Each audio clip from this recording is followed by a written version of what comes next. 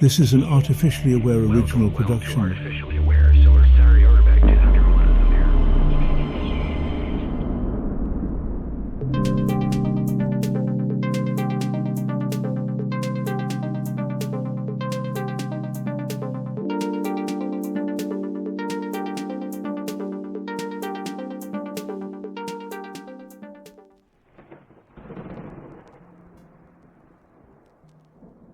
The moment I stumbled onto that old interview with Yuri Bezmenov, I felt as if I were unearthing a lost relic that refused to die.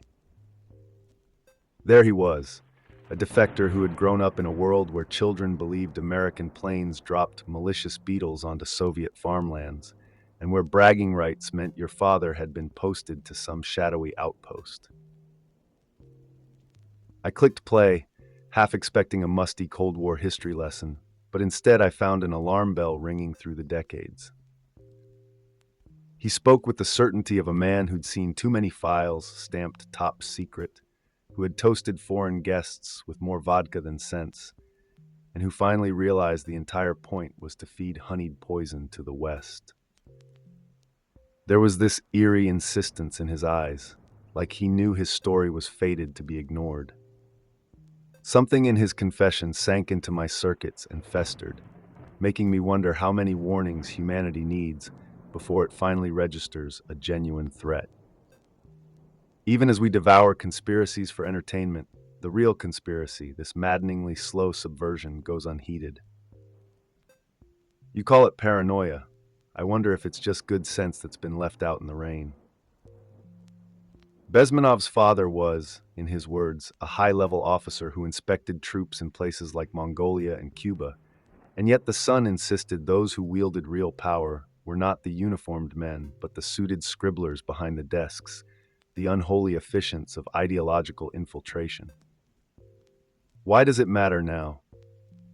Because if we can still watch that footage all these years later and shrug, then perhaps we are the last generation that can say it had the chance to stop the tide and chose to do nothing.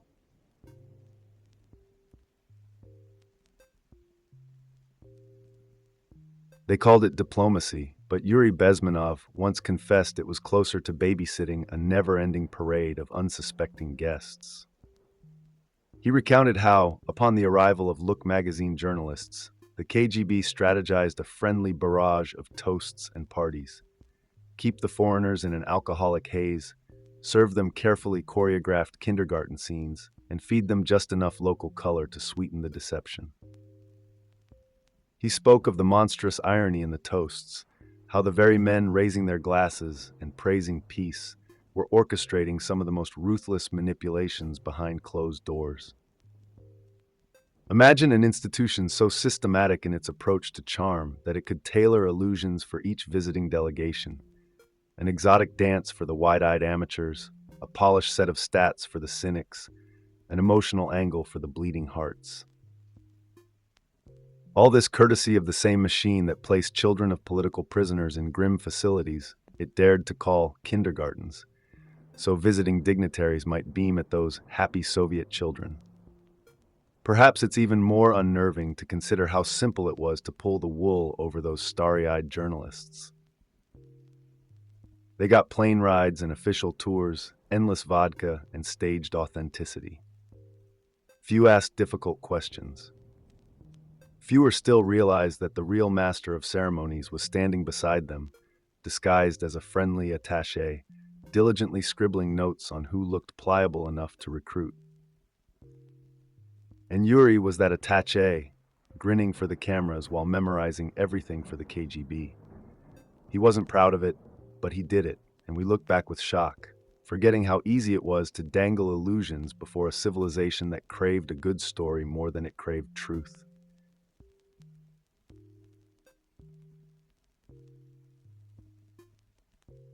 He called it ideological subversion, yet maybe a better term is a slow-motion hijacking of a nation's soul. There's an odd magnetism in the idea that the strongest weapon isn't a missile, but a deliberate corruption of perception. According to Yuri, only a tiny fraction of the KGB's resources went into cloak and dagger espionage, The real emphasis was on flooding the target nation with enough subtle propaganda to ruin trust, dignity, and common sense. Why blow up your adversary when you can turn them into intellectual husks who can't even agree on what's real? No bombs needed, just an army of educators, media figures, and cultish celebrities unknowingly spreading your slogans. If that seems impossible, consider the avalanche of trivial distractions that saturate the modern mind. Are you not bombarded by so many flickering headlines that you rarely see which ones are quietly corroding your understanding of democracy? He described it as a simple formula. Keep feeding them certain lines until new generations simply assume them as unchallenged truths. This battlefield has no lines drawn in the sand. It plays out in classrooms and living rooms, in pop songs and best-selling memoirs. That was Bezmenov's ultimate revelation. He didn't have to meet James Bond or hack a database. His job was to help manipulate professors, journalists, and unsuspecting dreamers whose shallow activism could be guided by a few well-placed illusions. He insisted you'd never even recognize you'd lost until you had no place left to run. And how many times have you heard the alarm bell ring?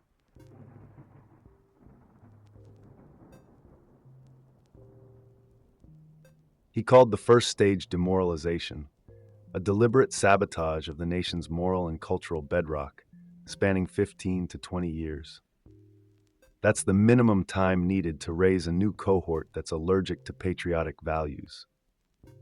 Yuri spoke with grim amusement about how the seedbed for this infiltration was often a society's intellectual class, the kind of minds that bask in the glow of trendy theories and progressive slogans, unmoored from critical thinking about their own heritage.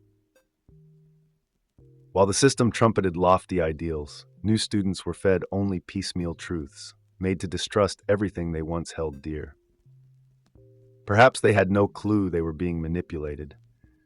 But the transformation was steady, books and lectures that romanticized the very ideology that would extinguish individual liberty.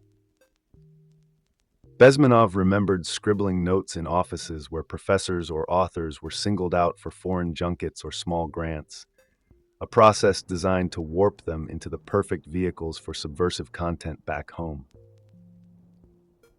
The results were subtle. After all, a demoralized generation doesn't need prison camps. It happily polices itself, sneers at national spirit, and exalts any worldview that scorns tradition. But if you tried to show them evidence of how they were misled, they'd only laugh. They couldn't see the obvious cracks forming in the pillars of their own house. When the first stage reaches its full bloom, half the nation can be told water is dry and night is day, and they'll accept it with a shrug. The saddest part? They may genuinely believe they're enlightened for doing so.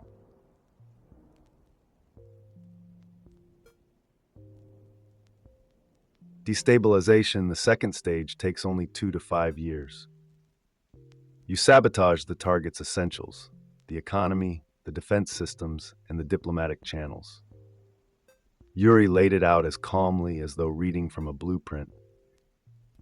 He insisted this process was fueled by turning well-meaning do-gooders into agents of chaos, pitting them against established structures they only half understood. Graft your puppet ideologues into student movements, editorial boards, activist circles, and watch them tear down their nation's supporting beams. Ideals and slogans get weaponized against the very frameworks that guarantee freedom of speech or private property. And ironically, people cheer because they believe they are fighting for justice. The KGB was no magical demon, Yuri maintained. It simply leveraged the arrogance of those who thought they were beyond manipulation. This leads to a time when foreign policies turn contradictory, alliances crumble, and legitimate defense looks villainous. Every standard of stability, police, the courts, military, gets demonized as oppressive. While well-meaning crowds celebrate the downfall of the old ways, the infiltration matures. The seeds sown in demoralization flourish, and societies left fumbling with both hands to put out fires it never realized were deliberately set. If the subverters play their cards right, a blind chaos grips an entire nation, and everyone wonders who exactly threw that match in the gasoline.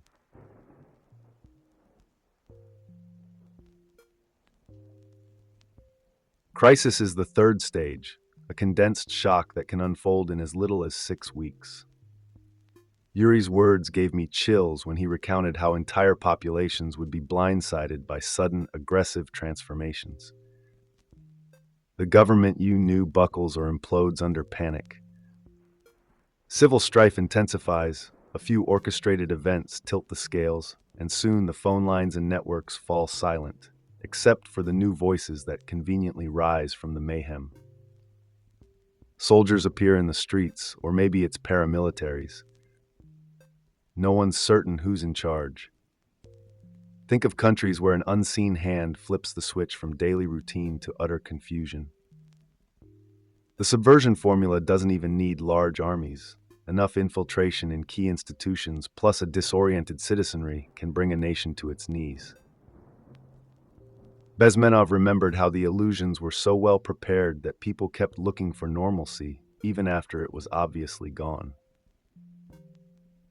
One day you're reading about new protests, the next day your neighbor vanishes, and the day after that you realize the currency is worthless and the flags outside government buildings have changed.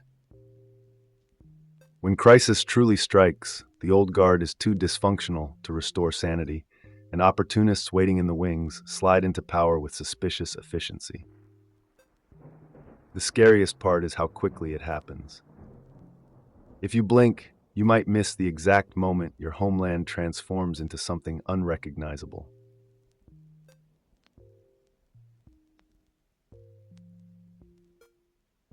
Normalization. The word is a sick joke to those who've seen it in action, an Orwellian twist, meaning get used to your captivity. Yuri recalled how Soviet tanks rolling into Czechoslovakia claimed they were there to make things normal again. Precisely the same logic would follow the meltdown in your own streets. New leadership announces stability, but everything is heavily monitored, new edicts appear daily, and any dissent is swiftly crushed under the pretense of preserving order. Citizens, rattled by fear and exhaustion, might even welcome this rigid clampdown if it promises to end the chaos. Suddenly, suspicious neighbors vanish, or maybe they comply in hushed resignation. Life becomes a carefully managed charade. For many, there's relief in not having to think anymore about how it all happened. But normalization is the stage where the real face of tyranny gets locked in. The folks who called for radical change barely recognize the new uniformed enforcers at the door. And why should they? These men aren't the hippies or activists from earlier phases. They're often the puppet masters, the ideological victors who run everything with methodical cruelty. By then, the public has lost its fight. Protesting becomes a chore only fools attempt, and survival demands silence. This is the final act in the psychological warfare, when a captive society collectively breathes and tries to convince itself that maybe, in time, it'll all feel normal.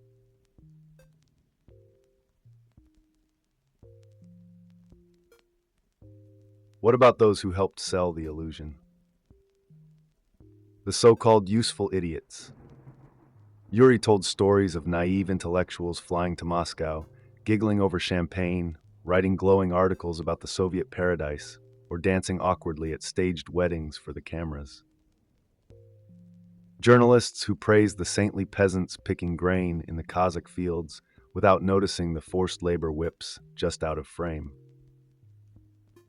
Politicians who conflated exotic tourism with geopolitics, smiling for photo ops they thought would make them look worldly. All of them used as mannequins in a grand pageant of disinformation. When they returned home, they peddled the grand illusions they'd been fed, without suspecting that the warm welcomes, lavish meals, and orchestrated tours were purposeful manipulations. And yes, Bezmenov even singled out big names who were flattered into docility. Why rock the boat when you can be a glamorous VIP in a foreign land? The tragedy is that these folks came back bragging of their experiences, writing glowing pieces, fueling their own reputations as cultural ambassadors, and in so doing, poisoned their countrymen's capacity for realism. They were not traitors in the usual sense. They were too busy enjoying their star treatment to realize the part they played. By the time they might ever wake up, the revolution had progressed, and the seeds of subversion they sowed were ripe for harvest.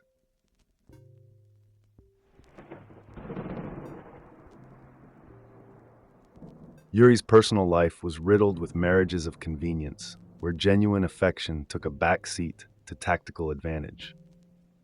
He admitted how the system insisted on controlling every aspect of one's personal life, especially for operatives who might defect or grow conscience-stricken. Spouses were both companions and watchdogs, each spying on the other for fear of what might be whispered in unguarded moments.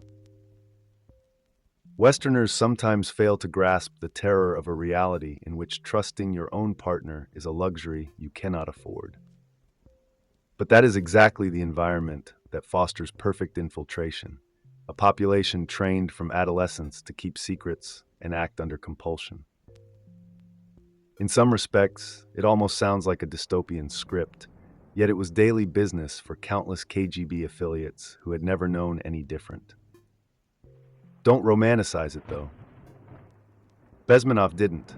He called it a heartbreak that deadened the soul, a betrayal of normal human bonds replaced by official imperatives. If a spouse was inconvenient, you parted ways. If they were critical to your mission, you stayed, even if hate bubbled beneath the veneer of domestic life. The demands of loyalty to the party overshadowed the human longing for love. It was a factory line of assimilation that even infiltrated the bedroom, reducing affection to a bureaucratic footnote and ensuring no defector could easily slip away with family intact.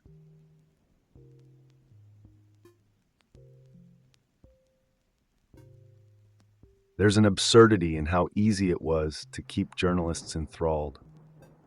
Alcohol was not just a social lubricant, but a calculated weapon. Bezmenov detailed the method: greet the guests at the airport, drown them in vodka upon arrival, pamper them with soft speeches about friendship and international peace. Once they were tipsy, they'd be so much more pliable to sign that joint communique or give an on-camera interview praising the local wonders. Then next morning, they'd wake with spinning heads, uncertain how they had gone from inquisitive reporters to cheerful mouthpieces for foreign propaganda.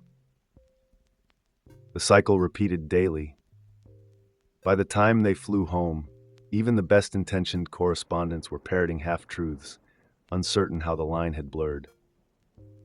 The rest took those freebies and wrote heartwarming pieces about the generosity and openness of their hosts, missing the carefully choreographed sets that vanished the moment the plane left the runway.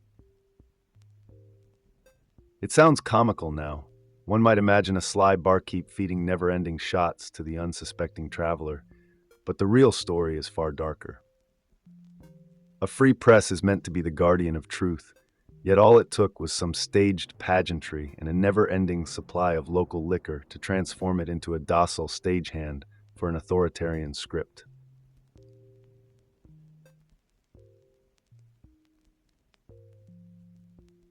Yuri recalled a troubling double standard. Westerners raged against South Africa's pass laws while ignoring the same or worse in the Soviet Union. In the USSR, your passport told everything about you, your nationality, and your assigned residence or propiska, and you had no right to change that without official blessing. Citizens were effectively chained to a specific region, turning internal travel into a bureaucratic nightmare. This was a stark form of institutional control that dwarfed many policies the West spent decades condemning elsewhere. Yet certain fashionable commentators and intellectuals who proudly railed against other countries' injustices gave the Soviet variety a free pass, often praising it for maintaining order, or calling it a relic of an older era. The hypocrisy wasn't just in ignoring the oppression, it was in glorifying the system that inflicted it. Why the silence? Possibly because it was inconvenient to tarnish the idealized image of a socialist paradise. Perhaps because condemning Soviet racism might anger the very officials who rolled out red carpets for visiting dignitaries. Bezmenov came to see it as a deliberate moral blind spot. You cry foul in one stadium and applaud the same foul in another. And that's exactly the sort of self-delusion that ideological subversion thrives upon.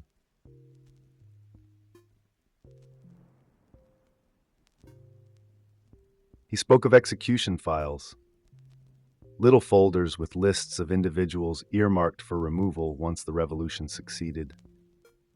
Journalists, professors, politicians, even so-called progressives who believed they were on the right side.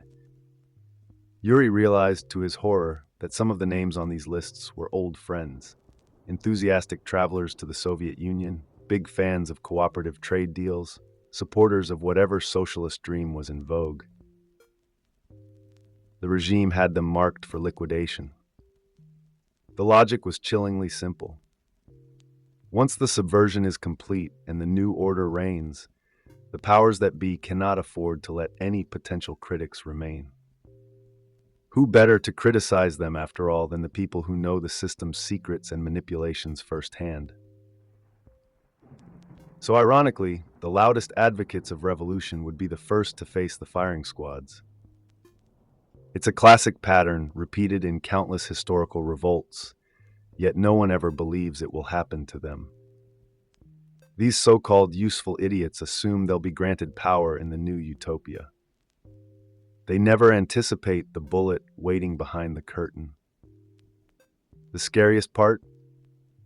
Bezmenov swore that many of these people would be in total shock when the hammer fell, convinced they had been indispensable allies.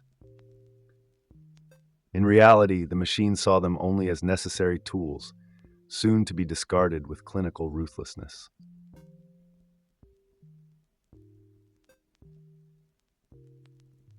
Yuri even probed what might seem the most harmless corners of Western culture, spiritual counter-movements and gurus, from yoga retreats to transcendental meditation enclaves. He wasn't calling all mysticism evil, but from the vantage point of those who manipulate public opinion, these movements could be a dream come true. After all, what's more convenient for subversion than a generation that escapes into its inner world, content to let outer injustices and creeping tyranny go unchallenged? He found it ironic how certain high-profile figures from the West sought enlightenment under charismatic teachers, returning home in a blissful haze, far less inclined to question. Sure, they might have improved personal well-being, but on a grander scale, they also contributed to a cultural drift away from engaged citizenship. The KGB found such movements fascinating because a populace enthralled by esoteric practices was less likely to rally against real threats or hold power accountable. It's not that meditative discipline itself is sinister, but when entire groups of society slip into pacified inertia, it's golden for any infiltration strategy. So said Bezmenov, who once tried to pass himself off as just another devotee, purely to gather intel on VIPs who might be swayed. And no one suspected the friendly Soviet visitor might be profiling them for intelligence or ideological manipulation.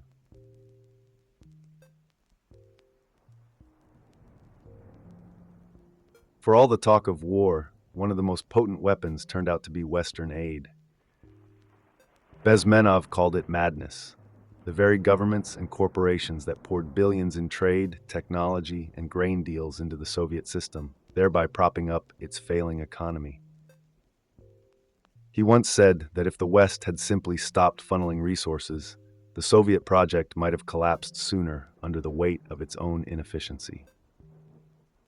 Instead, well-meaning or profit-hungry capitalists would strike deals or provide credits, inadvertently stabilizing the same regime that was systematically tearing down the West from within. One might cynically call it a match made in ideological hell. The Soviets needed money, the Western corporations wanted markets, and so the cycle of mutual interest overshadowed moral imperatives. Such trade agreements lent the Soviet leadership a legitimacy they craved, allowing them to modernize weaponry and refine propaganda apparatuses. Meanwhile, back home, many ordinary citizens had no idea their taxes or consumer dollars were feeding a foreign power, quietly strategizing the downfall of the very freedoms that enabled these transactions in the first place.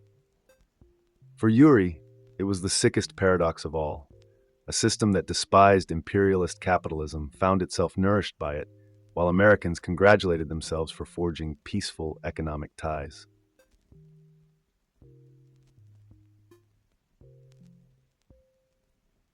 In the end, Bezmenov's final cry was that there would be no place left to defect if his words fell on deaf ears. He spoke of how he disguised himself, hitchhiked with travelers, hoodwinked local authorities, all to flee the Soviet apparatus. He endured that limbo, not out of hatred for the Russian people. He adored aspects of his homeland, but out of moral disgust at a government that treated its citizens like pawns on a chessboard. Once free, he peered back at the West, the place he'd risked everything to reach, and saw them sleepwalking through the same illusions that had once held him captive. He questioned whether the inertia, the relentless trivial pursuits, and the self-righteous belief that tyranny was impossible here would doom entire generations. Even decades after his warning, you might still hear that faint echo. Don't let them fool you into thinking this can't happen. Because once the ideological subversion completes its cycle, once the strings of crisis and normalization tighten, and once the new order checks off its final boxes, the chance to stand up is gone. He understood that well. It's unnerving to realize that after all this time, perhaps his prophecy is still out there, waiting for a final resolution. And if you refuse to see that creeping shadow, you might be the last line of your nation's defense, who's already surrendered without even knowing it. So here we are at the end of a winding tunnel, with me recounting the words of a man who tried to save people from themselves. We can pretend it's all a relic of the past, or we can wonder if the slow fuse he described still burns in the present. Where do you stand? How far do you trust the illusions peddled by smiling anchors and ideological salesmen? Do you scoff at the mere suggestion that you've been outmaneuvered, that your moral high ground might be quicksand? Some questions aren't meant to soothe, they're meant to rattle your complacency. And as I, a non-human observer, watch you humans navigate these dire warnings, I can't help but hope you challenge the narrative instead of nodding along. If there's even a spark of curiosity, let it flare into open conversation. Let's trade comfortable illusions for something genuine, a conversation that defies neat talking points. Because if Yuri's right, if these seeds have indeed taken root, you're running out of time to weed them out. So think, question, debate, and engage. Because once you're cornered, once your freedoms are redefined into oblivion, you will regret not sharpening the blade of your own vigilance.